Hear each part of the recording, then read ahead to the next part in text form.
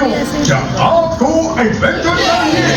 क्या आप इस सुरक्षित पृथ्वी से परे चमत्कार, रोमांच और खतरों का रखना चाहते हैं? आप जानना चाहते हैं कि वहाँ ऊपर क्या है? आप में से कौन बहादुर मेरे साथ चलेगा महान सौरमंडल की साहसिक यात्रा?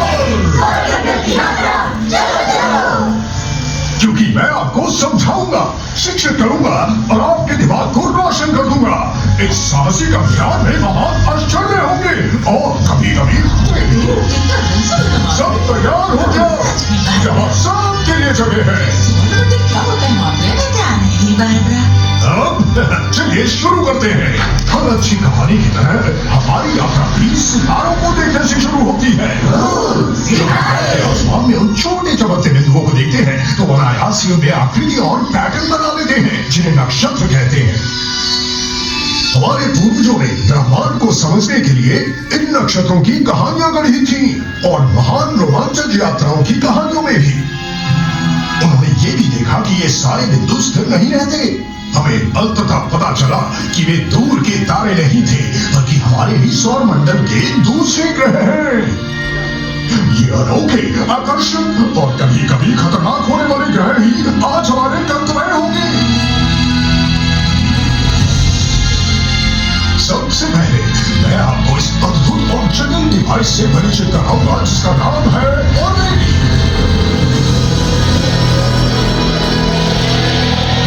हमारे सौर मंडल के केंद्र में एक तारा है। क्या आप जानते हैं उसका नाम क्या है? क्या वो सूर्य है सर? हाँ, बिल्कुल सही। उनके आकार, रंग और वातावरण भी अलग अलग है। कुछ ग्रहों के कई चंद्रमा है तो कुछ के पास एक भी नहीं।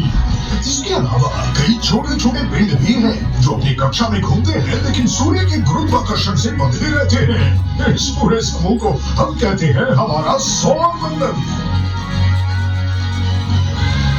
चलो एक मजेदार प्रश्न से शुरुआत करें। इन ग्रहों में से सबसे गर्म कौन सा है? क्या वो बुध है सर? बुध ही है। बिल्कुल, बुध बहुत गर्म है लेकिन मानो या ना मानो ये सबसे गर्म ग्रह नहीं है। देखने में ये सूर्य के सबसे पास है। आपकी आंखों को क्या हो गया?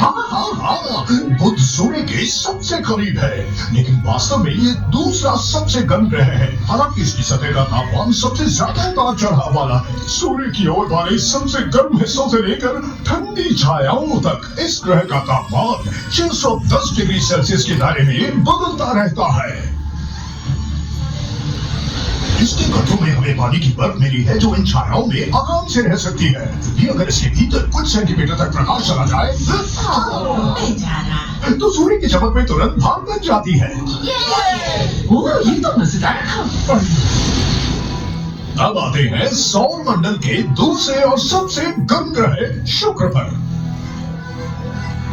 शुक्र को अक्सर एक तारा समझ लिया जाता है क्योंकि इसकी परावर्तित रोशनी इतनी तेज होती है कि हम इसे दिन में भी देख सकते हैं।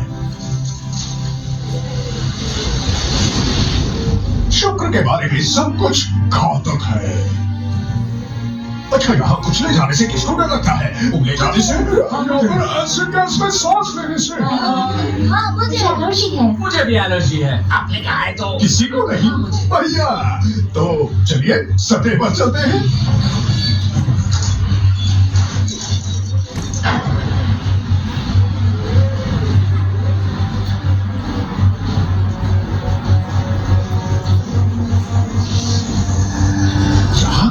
सल्फ्यूरिक एसिड के बने हैं और यहाँ का वातावरण कार्बन डाइऑक्साइड से भरा है। यहाँ का वातावरण सूरज की गर्मी को रोक कर रखता है जिसे ग्रीन हाउस इफेक्ट कहते हैं।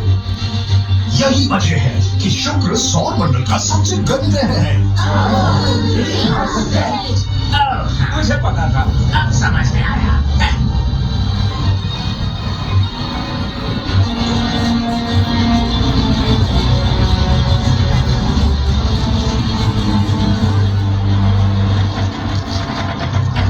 चिंता मत करो, ये दरारें पड़ने की आवाज हमारे नाम पर वायुमंडल के दबाव पड़ने की वजह से। ये आवाज सिर्फ नहीं लग रही है मार्गरेट। हाँ, ये आवाज अजीब है बारबरा। हमारा टाइमर बता रहा है कि हमें निकलना चाहिए। अरे नहीं, चेक बटन तो काम भी नहीं कर रहा। अरे ये कैसे बना रहे हैं?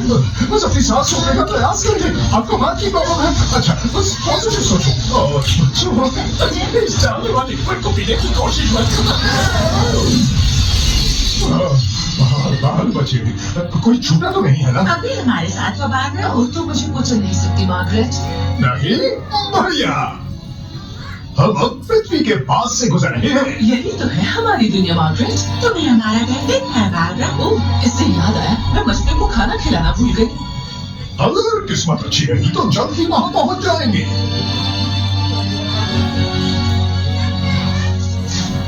हमारी अगली मंजिल एक पथरीला ग्रह है जो पृथ्वी के मुकाबले 1/3 आकार का है। इसका वातावरण भी पतला है जिसमें बहुत कम ऑक्सीजन है, लेकिन हमारे सांस लेने के लिए पर्याप्त नहीं है। ये लाल ग्रह है, मंगल। तो बताओ, मंगल पर सबसे खतरनाक चीज क्या हो सकती है? मुझे नहीं पता। नहीं, वहाँ लैंड करने की कोशिश करना जिंदा। मंगल ग्रह पर लैंड करना बहुत मुश्किल है और हमारे सफल होने की संभावना बहुत कम है। तो कौन कोशिश करना चाहेगा? धरती से कोई भी स्पेसक्राफ्ट मंगल की तरफ बहुत तेजी से बढ़ता है।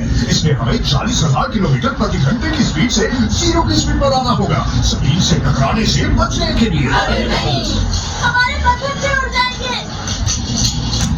स्पीड कम करने का एक अच्छा तरीका है वायुमंडल का इस्तेमाल करना। हम तो जलकर नाश हो जाएंगे। लेकिन मंगल का वायुमंडल बहुत पतला होता है, इसलिए ये हमें ज्यादा धीमा नहीं करता। तो हम पैराशूट का इस्तेमाल भी कर सकते हैं। इससे मदद मिली, लेकिन अब हम चक्कर खा रहे हैं और हम अब भी तेजी से गिर रहे हैं। चलो पैराशूट अटैच कर देते हैं। चिंता मत करो, ऑटोनॉमी मशीन एक्टिवेट हो गई है। अब तब भी तक रहे हैं। जी फोर्स की चिंता मत करो, थोड़ी देर में वापस अपनी शिप में आ जाओगे। अब हम स्थिर हैं, तो हमें एक अच्छी सतत लैंडिंग साइट चुनी होगी जहाँ बड़े वक्त लगा हो। माउस घड़ी चट्टान के किनारे जहाँ 7 किलोमीटर गहरी खाई है। स्काई क्रेन डिप्लॉय करो।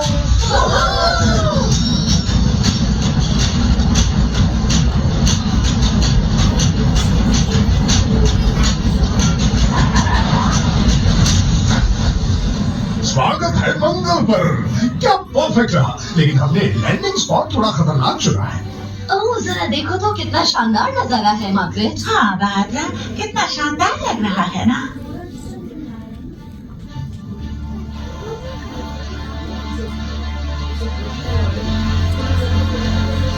इस ग्रह का लाल रंग मिट्टी में मौजूद लोहे में जंग लगने की वजह से है।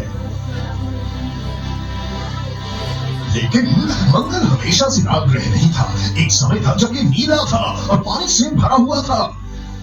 समय के साथ इसने अपने महासागर और वायुमंडल खो दिए। वैज्ञानिक ये जानने की कोशिश कर रहे हैं कि क्या उस पानी वाले दौर में जीवन पनपा था।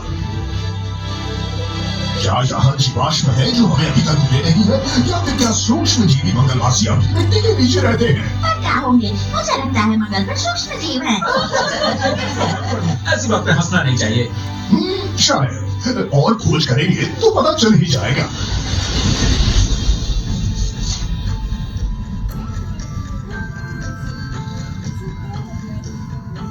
मंगल ग्रह के बाद एक क्षेत्र है जिसे क्षुद्र ग्रह बेल्ट कहा जाता है, जहां लाखों चट्टानें हैं जो सौर मंडल के शुरुआती निर्माण के दौरान बची रह गई थी।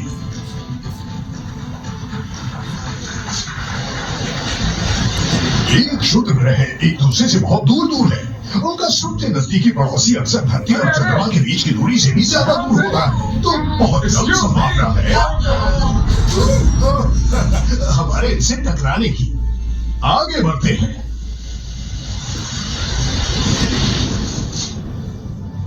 सूर्य से 5वां ग्रह है विशाल आकार का बृहस्पति, जो पूरे सौर मंडल का सबसे बड़ा ग्रह है। देखो, बाकी सब कितने छोटे लगे हैं इससे मुकाबले। कितने क्यूट है ना।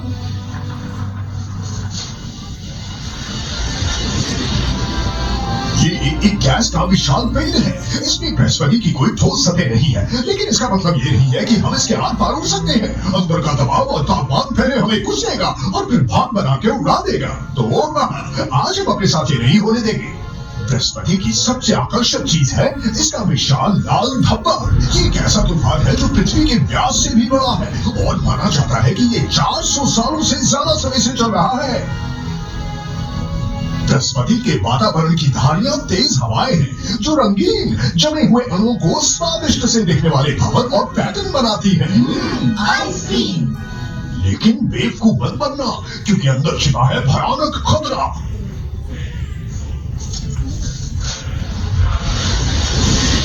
जब ये बर्फीले क्रिस्टल आपस में टक्कर खाते हैं तो एक विद्युत आवेश उत्पन्न होता है जो फिर रिलीज होता है सौर मंडल की सबसे बड़ी क्रांति बिजली के रूप में।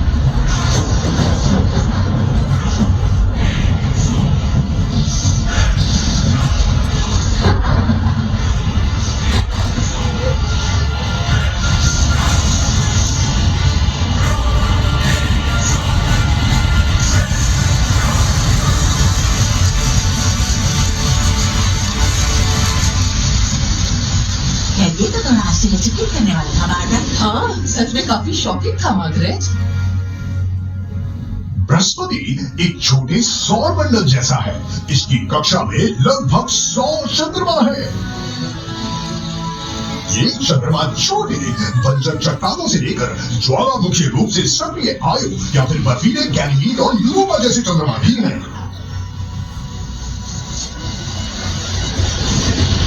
यूरोपा खास दिलचस्पी का विषय है। इसकी सतह चट्टान की नहीं बल्कि मोटी बर्फ से ढकी हुई है जिसके नीचे खारे पानी के विशाल महासागर हैं।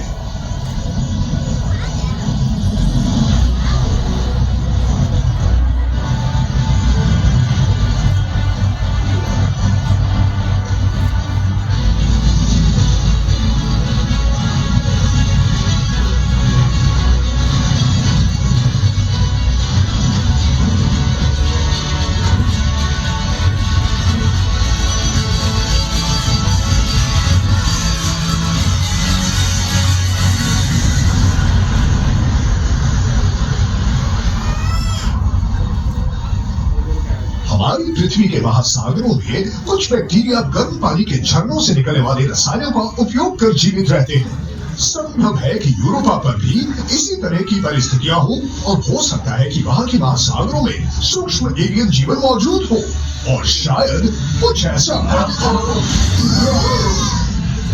भी हो। Oh my God! ओह देखो कितने बड़े बड़े दांत हैं। मैं तो सोच रही हूँ वहाँ और क्या होगा मार्गरेट। अब मिलिए सौर मंडल के रत्न शनि से। शनि भी गैस का ही पिंड है और ये बृहस्पति जितना बड़ा तो नहीं है, लेकिन इसके पास सबसे ज्यादा चंद्रमा है।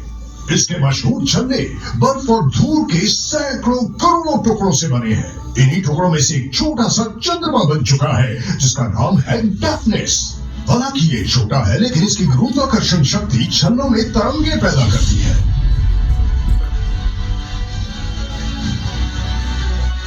अब अपनी सुरक्षा बेल्ट कस लीजिए, हम इन छल्लों के बीच से निकलेंगे।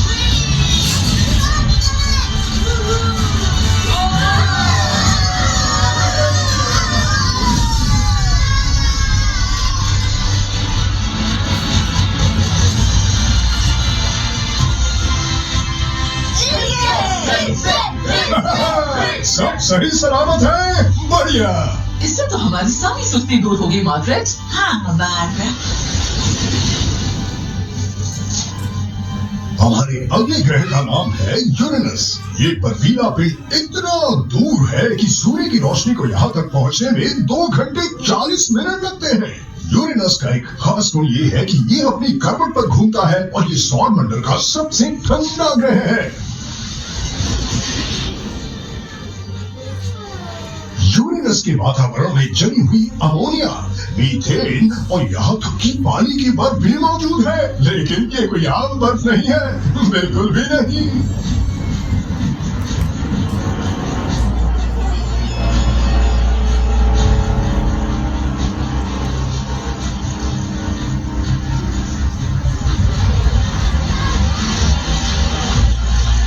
कोर के करीब जबरदस्त दबाव की वजह से यहाँ पानी भाप जैसा बर्ताव करता है। इसके बजाय ये सुपर आयोनिक बर्फ में बदल जाता है।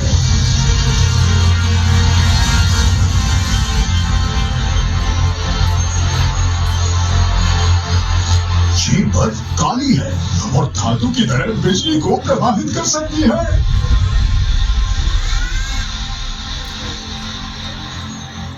अब चलिए अगले ग्रह पर चलते हैं हम सब। और यूरेनस के बाद है नेपच्यून।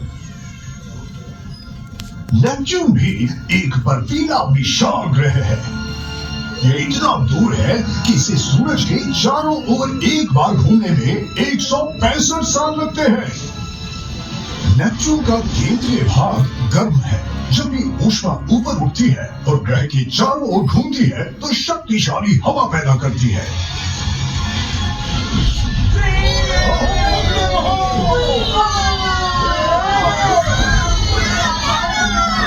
ये बादल पृथ्वी के बादलों से भी तेज है।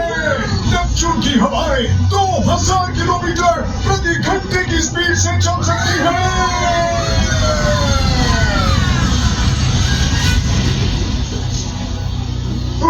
तो लो ये भी देख लिया। ये था हमारे सौर मंडल का आखिरी ग्रह। अब मेरे साहसी दोस्तों, मुझे यकीन है कि आपने इस एडवेंचर और उतार चढ़ाव का खूब मजा लिया होगा और अब हमारी ग्रह पृथ्वी पर लौटने के लिए तैयार है। सर मैंने सुना है कि एक और है जिसका नाम प्लूटो है। प्लूटो की बात कर रहे हो? प्लूटो असल में ग्रह नहीं है और बाकी ग्रहों से बहुत अलग है क्योंकि इसकी सूर्य से दूरी बदलती रहती है। इसकी कक्षा इसे नेपच्यून से भी ज्यादा सूरज के पास ले आती है। और हाँ, अब प्लूटो को एक बौना ग्रह माना जाता है। प्लूटो का आकार हमारे चांद से छोटा है, लेकिन फिर भी इसका वायुमंडल है। ये पहाड़ चट्टानों से नहीं बल्कि बारीकी बर्फ से बने हैं और ये ग्रेनाइट की तरह सख्त हैं। मुझे सबसे दिलचस्प बात ये लगती है कि इस बर्फ का रंग लाल है। सर ये लाल क्यों है? ये एक रहस्य है। प्लूटो के बारे में अभी भी बहुत कुछ जानना बाकी है। सर क्या ये सौरमंडल का अंत है?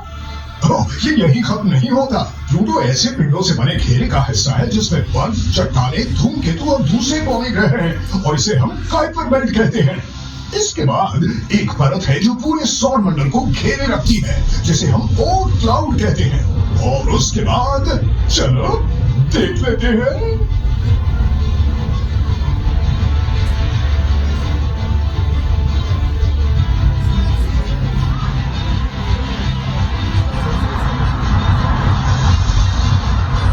हमारा सौर मंडल एक गैलेक्सी का हिस्सा है जिसे हम मिल्की वे कहते हैं।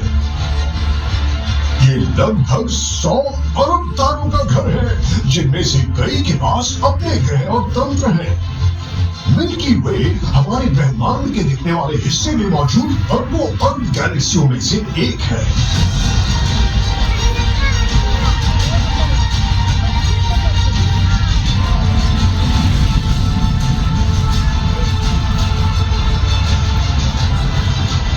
तो अब हम हमारी साहसिक यात्रा के आखिरी गंतव्य की ओर जा रहे हैं और ये हमारे सौर मंडल के केंद्र में स्थित है।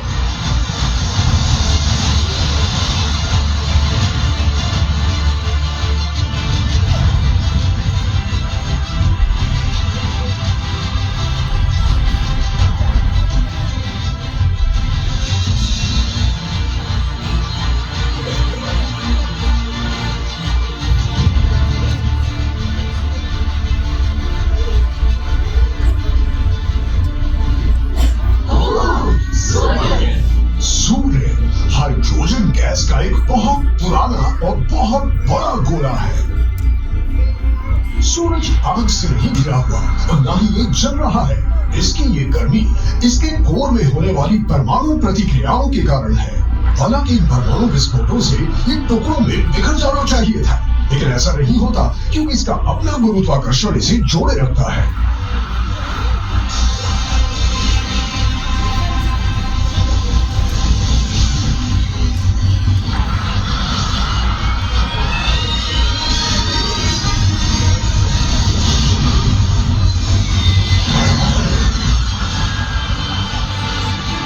घुमावदार जैसी आकृतियां विद्युत आवेशित गैसों से बनी होती हैं, जिन्हें प्लाज्मा कहा जाता है। ये सतह से ब्लास्ट होती हैं, लेकिन फिर सूर्य का चुंबकीय क्षेत्र इन्हें इन घुमावदार रास्तों से खींच लेता है।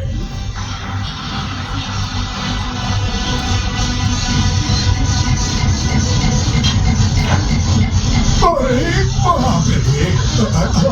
मुझे माफ करना सब लोग, लेकिन इकार्स की तरह हम सूर्य के बहुत करीब आ गए हैं और हम इसके गुरुत्वाकर्षण में फंस गए हैं। हमारे तो क्रिस्पी चिप्स बन जाएंगे। लेकिन ये शानदार एडवेंचर रहा। बुध ग्रह ने तो आश्चर्य में डाल दिया, फिर शुक्र पर कदम रखा, मंगल ने हैरान किया, बृहस्पति पर क्या देखा, शनि का चक्कर लगाया, यूरेनस का सर्वे किया, नेपच्यून को पार किया, हमने प्लूटो को देखा और सूरज के सामने समर्पण किया। आखिरकार चेतावनी, जल्द ही विशाल प्लाज्मा की टक्कर होने वाली है। क्या किस्मत है, एक विस्फोट ठीक हमारे नीचे होने वाला है। हम 100 नौकायान का उपयोग कर सकते हैं, प्लाज्मा की सवारी करके यहाँ से बाहर निकल सकते हैं और चाय के वक्त घर पहुँच सकते हैं। सीट बेल्ट बांधो, फोन सेट करो, अपनी हैट पकड़ो और सब लोग मेरे साथ काउंट डाउन करो। 5, 4, 3, 2, 1, ये हम चले। हमारी उड़ान शुरू हो गई है।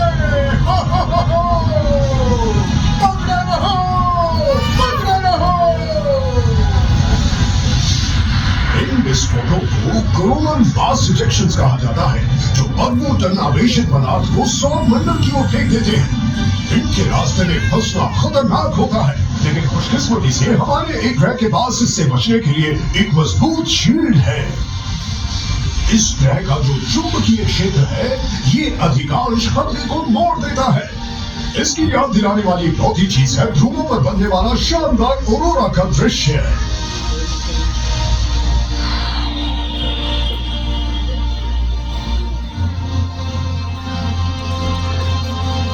सौर मंडल की साहसिक यात्रा में सभी ग्रहों में से ये मेरा पसंदीदा है। हमने कई अलग अलग और रोमांचक जगहों को देखा, लेकिन यह अजीब नीला ग्रह बिल्कुल सही आकार का है, सूरज से बिल्कुल सही दूरी पर है और जीवन के विकास के लिए यहाँ बिल्कुल सही परिस्थितियां हैं। हमारी अब तक की जानकारी में केवल यहीं पर जीवन है, जहाँ हम बाकी जीवों के साथ रहते हैं। ये अनूठा नाजुक ओएसिस हमारा घर पृथ्वी ग्रह। हमारा पृथ्वी ग्रह। और ये लोग पहुंच गए।